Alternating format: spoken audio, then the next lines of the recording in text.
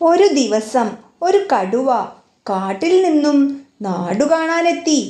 നടന്നു നടന്ന് കുറേ ദൂരം പിന്നിട്ടപ്പോൾ കടുവ ഒരു കരച്ചിൽ കേട്ടു. ആരായിരിക്കും കരയുന്നത്? കടുവ ചുറ്റും നോക്കി. അങ്ങ് ദൂരെ ഒരു ടീഷർട്ട് ഉണങ്ങാനിട്ടിരിക്കുന്നത് കടുവ കണ്ടു. ഓ, ആ ടീഷർട്ടാണല്ലോ കരയുന്നത്.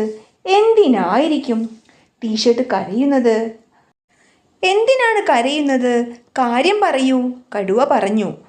ടീഷർട്ട് കരച്ചിൽ നിർത്തിയില്ല. എങ്കിലും പറഞ്ഞു, എനിക്ക് ആരുമില്ല. ഞാൻ ഇവിടെ ഒറ്റയ്ക്കാണ്. എന്നെ ധരിക്കാൻ ആരുമില്ല. ടീഷർട്ട് ഉറക്കെ കരയാൻ തുടങ്ങി. മതി മതി, ഇനി നീ കരയേണ്ട. ഞാൻ നിന്നെ ധരിക്കാം. കടുവ ടീഷർട്ട് എടുത്ത് ധരിച്ചു. ടീഷർട്ടിന് സന്തോഷമായി. ടീഷർട്ട് ഇട്ടപ്പോൾ എന്നെ കാണാൻ നല്ല രസമുണ്ട്, കടുവ മനസ്സിൽ വിചാരിച്ചു. കടുവ വീണ്ടും നടക്കാൻ തുടങ്ങി. അപ്പോഴാണ് വീണ്ടും കരച്ചിൽ കേൾക്കുന്നു. കടുവ ചുറ്റും നോക്കി. അപ്പോഴതാ അവിടെ ഒരു പാൻറ് കരയുന്നു. എന്തിനാണ് കരയുന്നത്? കടുവ ചോദിച്ചു. എനിക്ക് ആരുമില്ലല്ലോ, എന്നെ ആർക്കും വേണ്ട. പാൻറ് കരയാൻ തുടങ്ങി. ഓ, നീ കരയേണ്ട, ഞാനുണ്ടല്ലോ നിനക്ക്. കടുവ പാൻറ് എടുത്ത് ധരിക്കാൻ നോക്കി.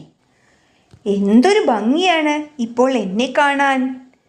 കടുവ വളരെയധികം സന്തോഷിച്ചു. പാൻറിനും സന്തോഷമായി. അപ്പോഴതാ വീണ്ടും കരച്ചിൽ കേൾക്കുന്നു. ആരാണ് കരയുന്നത്? കടുവ ചുറ്റും നോക്കി. ആരെയും കണ്ടില്ല. കടുവ കുറ്റിക്കാടുകൾക്കിടയിലൂടെ കരച്ചിലിൻ്റെ ഉറവിടം അന്വേഷിച്ചു നടന്നു.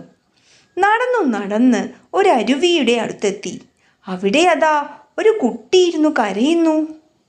എന്തിനാണ് കുട്ടി നീ കരയുന്നത്? കടുവ ചോദിച്ചു. അവൻ കരച്ചിൽ നിർത്തി കടുവയെ നോക്കി. എൻ്റെ ഡ്രസ്സ് കാണുന്നില്ല. ഞാനിവിടെ അയലിൽ ഉണക്കാനിട്ടിരുന്നു. എന്നെ വീട്ടിൽ ഡ്രസ്സില്ലാതെ പോയാൽ വഴക്കു പറയും. ഓ, അതാണോ കാര്യം?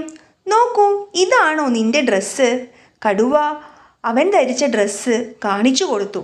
അതെ, ഇതുതന്നെയാണ് എൻ്റെ ഡ്രസ്സ്. നിന്റെ ഡ്രസ്സ് നീ തന്നെ എടുത്തുകൊള്ളൂ. കടുവ അവൻ്റെ ഡ്രസ്സ് ഊരിക്കൊടുത്തു.